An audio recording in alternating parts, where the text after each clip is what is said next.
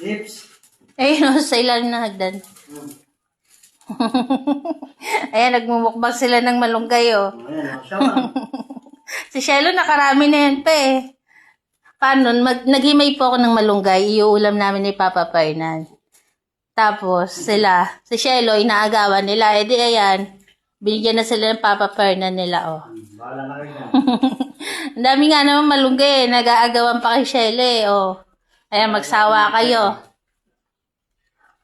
Pag kulang kayo, magtatanim pa ako. Magsawa kayo sa malunggay.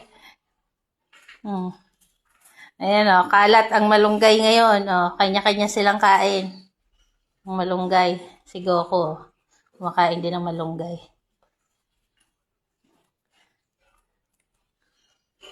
Shelo, dami na kain eh. Ayun, Gracia, oh, pulot ka dun. Hindi to pwede, lalagay natin ito sa ulam. Si Shelo, sa kasi solo ko eh, oh. Kain ng malunggay eh. Lips, ayun na yung malunggay. Kanina di ba nangaagaw ka kay Shelo? Ayun oh, ang dami na oh. Si Perla ko kumakain din ng malunggay. Si Shelo ko want to sawa sa malunggay. Bibi, ba't hindi ba may sayo? Wala to. Lalagay ko to sa ulam natin. Ayun ang sayo, yung sa sahig. Laka na. Ayun sayo. Ang dami sa sahig oh. Kunin mo itong nakalaylay. Kung ano yung hawak ko, ayun ang gusto eh. Si Shelo na lang natira kumakain ng malunggay oh. Galing-galing naman ng bibi ko na yan eh. Nagagalit pa eh. Ang dami malunggay, wag mag-aaway. Shelo. Ayan, kumain ulit yung tatay oh. Ayan ang tatay ni Shelo, si Solo. Luluto na tayo. Lutuan time. Ginataan na merong dahon ng malunggay. Ayan nga pala yung ulam namin ngayong araw ni Papa Fernan. Kagabi niluto namin to. Inadobo ko muna kagabi. Tapos ngayong umaga, niluto ko ulit.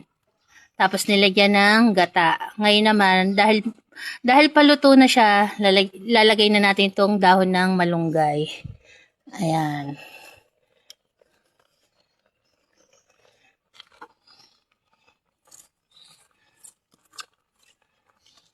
Hindi na natin lalaksan yung apoy kasi maiinin na yan dyan sa lakas ng baga. Yung kay Nabarako, ang ulam nila, nilagang bangus naman. Bangus na meron namang malunggay. Lagi lang po nilagay yung kanilang ulam ng aming mga par babies sa mga nagtatanong po. Ayan. Ay. Wala. Takpan na natin. Maiinin na yan dyan. Ayan ang aming simpleng ulam.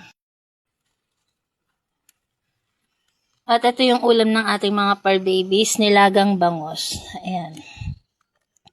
Nilagang bangus ang ulam ng ating mga par babies, ang usok.